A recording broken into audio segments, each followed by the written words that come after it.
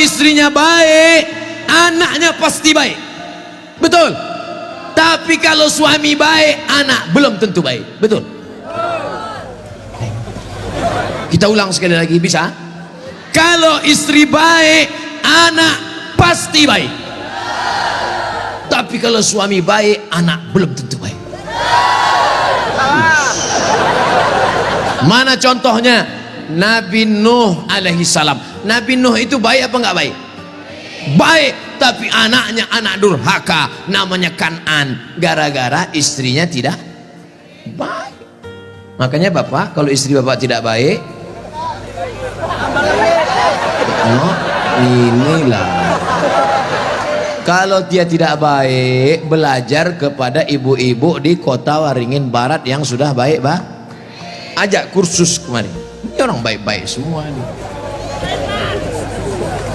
Suaminya tidak baik, namanya Azar, tapi anaknya justru jadi orang baik. Siapa anaknya? Ibrahim. Ibrahim itu bapaknya tidak baik, tapi emaknya perempuan yang baik. Akhirnya apa yang terjadi? Anaknya menjadi anak yang baik. Anak yang baik. Makanya ibu, kalau ada suami ibu yang agak-agak seperti Fir'aun, sabar-sabar. Sabar. Pulang dari sini, bang, insya Allah aku tetap sabar bersamamu, bang, sampai kau ditenggelamkan di Laut Merah, bang. Karena kata Ustadz Somad tadi, insya Allah anakku akan menjadi baik. Suami ibu boleh jadi tak baik, boleh jadi dia perampok, boleh jadi pecandu narkoba, boleh jadi dia sakau, tapi ibu masih ada satu harapan. Anak yang ibu kandung, anak yang ibu didik, anak yang ibu berikan akhlakul karimah, dia yang akan menjadi pelindung penaung. Di tengah malam dia akan berdoa, Rabbighfirli wali walidayya warhamhuma kama rabbayani shaghira. Maka ibu jangan berputus asa. Kadang banyak ibu-ibu ini putus asa, pulang ke rumah suami selingkuh, mabuk, langsung pergi ke kamar mandi, minum teh botol. Minum super pel, nggak mati. Seminggu setiap ngomong bubuih.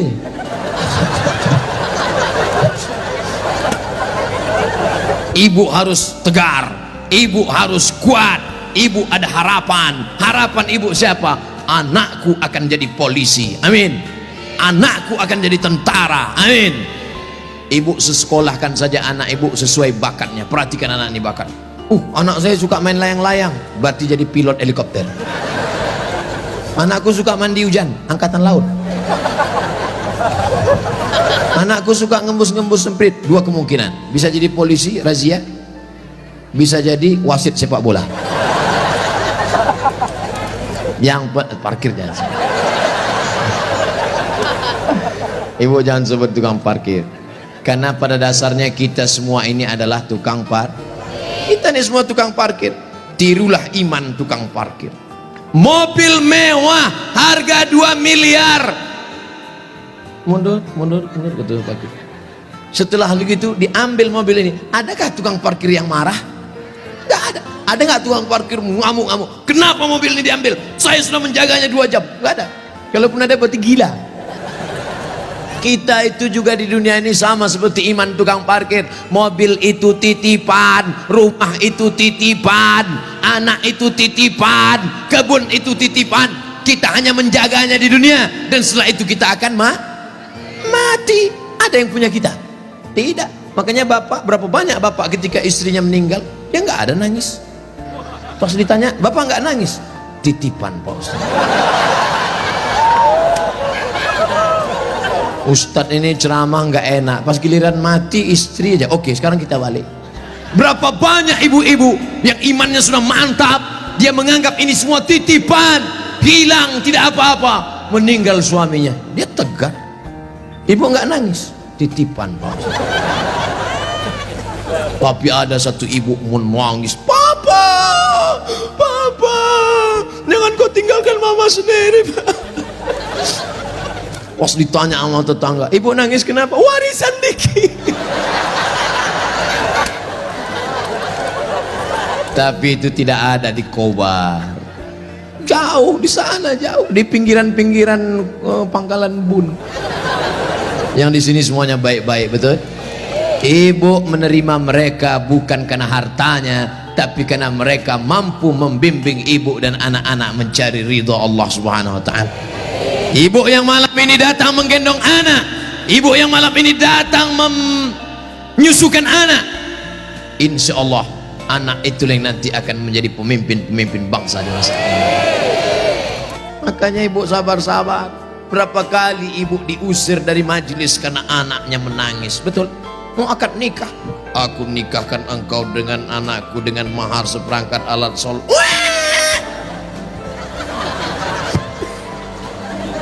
Berapa kali di majelis kematian ibu diusir. Betul?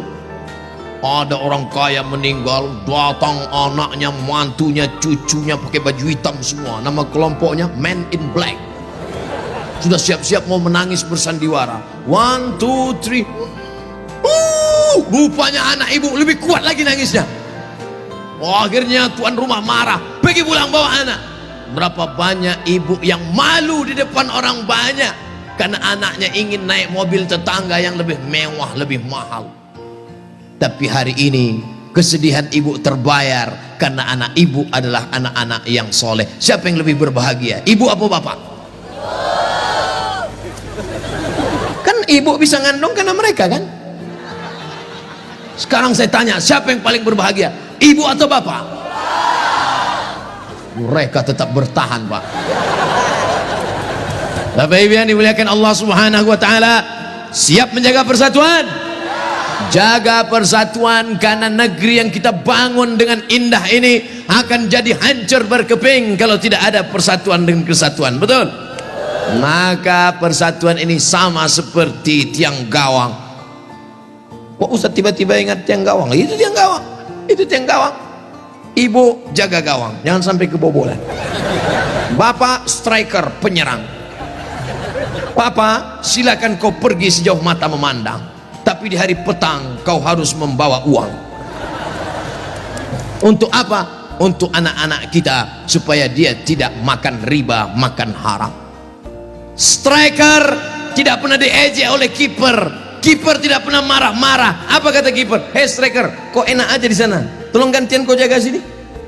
Tidak ada, karena mereka sudah siap bagi-bagi bagi tugas. Ceramah di tanah lapang, Ustaz Somad. Ceramah di stadion, Ustaz Somad. Ceramah di TV, Ustaz Somad. Ceramah di YouTube, Ustaz Somad. Tapi yang ngajar di pesantren, yang ngajar di ma'had, yang ngajar di sekolah, para habaib dan ulama, kami udah bagi-bagi tugas.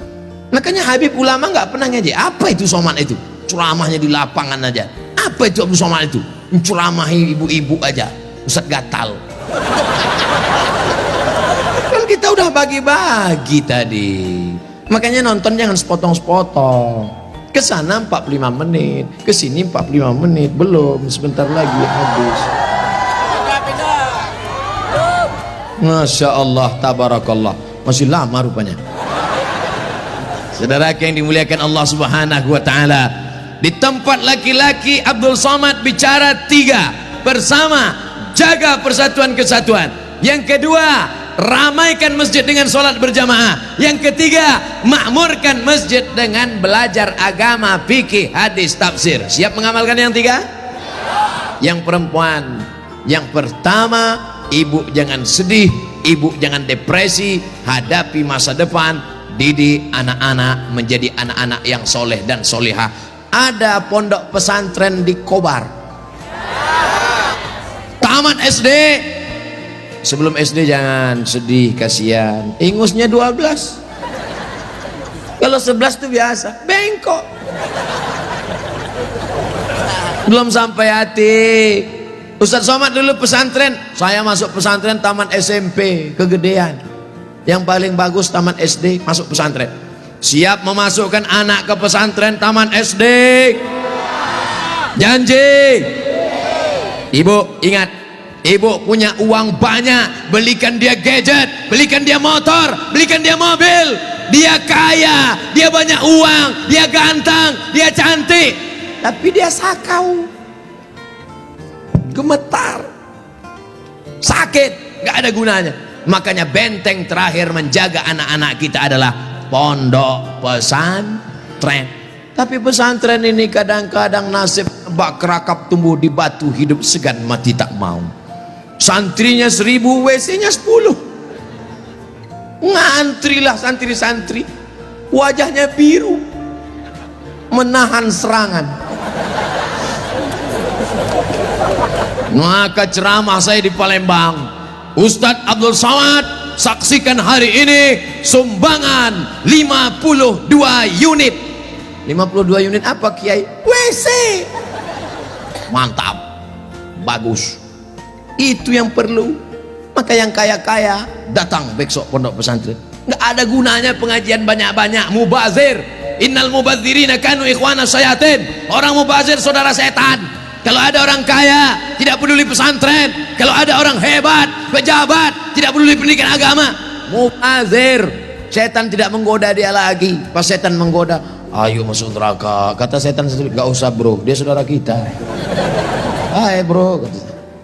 Oleh sebab itu maka pertama yang ingin disampaikan Abdul Somad khusus kepada ibu-ibu, jangan pernah bersedih hati. Masa depanmu ada pada anak-anak, tataplah mereka masa depan, tapi tentu dengan bahasa ibu. Bahasa ibu paling ngerti dengan anak. Jangan pulang dari sini anaknya dikumpul semua, assalamualaikum, nggak mesti diceramah. Ibu usap kepalanya, ibu tiup-tiup, kau akan menjadi pemimpin masa depan nak. Doa ibu luar biasa. Ibu kalau marah sama dia jangan panggil dia setan. Setan, tuyul, jangan panggil dia.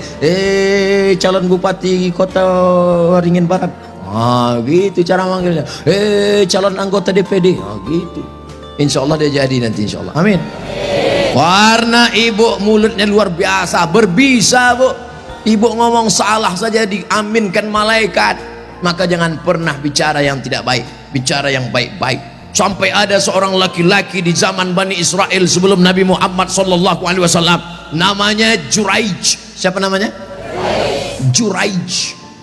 Ada orang Pangkalan Bun namanya Juraij? Belum ada. Nah, ibu yang hamil-hamil nanti kasih nama anak Juraij. Hai Juraij. Kepala sekolah salah tulis George. Ibunya lewat di depan tempat ibadah Juraij. Apa kata ibunya? Ya Juraij. Juraij merasa Tuhan lebih mulia. Aku tidak perlu menyambut panggilan anak. Aku tidak perlu menyambut panggilan ibuku. Dipanggil kedua kali, ya Juraij. Juraij mengatakan, Tuhan lebih mulia, ngapain aku menyambut ibuku? Panggilan yang ketiga, ya Juraij. Anaknya tidak menyahut juga. Akhirnya tercetus dari mulut ibunya. Apa kata ibunya?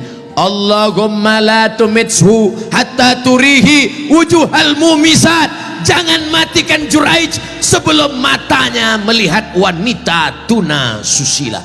Mohon maaf, perempuan tidak baik, PSK, WTS, entah apa lagi namanya, dikabulkan Allah. Tidak lama setelah itu ternyata ada seorang perempuan pengembala kambing, hamil bukan kenyang, hamil, ditangkap, ditanya, hei perempuan, siapa suamimu? Siapa yang menghamilimu? Perempuan itu menjawab, Juraij. Yang menghamili saya adalah Juraij. Kira-kira masuk akal nggak Juraij menghamili perempuan yang nakal ini? Tidak, bukan dia, tapi fitnah. Dipertemukan Juraij dengan perempuan nakal. Rupanya Allah hanya ingin mengabulkan doa si ibu. Kata si ibu, jangan matikan Juraij sebelum matanya melihat wanita tuna. Akhirnya matanya memang betul-betul melihat wanita tuna susila. Melihat, padahal tidak mungkin ahli ibadah ketemu dengan wanita tuna susila. Kalau Satpol PP ketemu wanita susila memang bisa. Razia maksudnya. Mohon maaf Pak Satpol PP. Ini Juraij, orang soleh.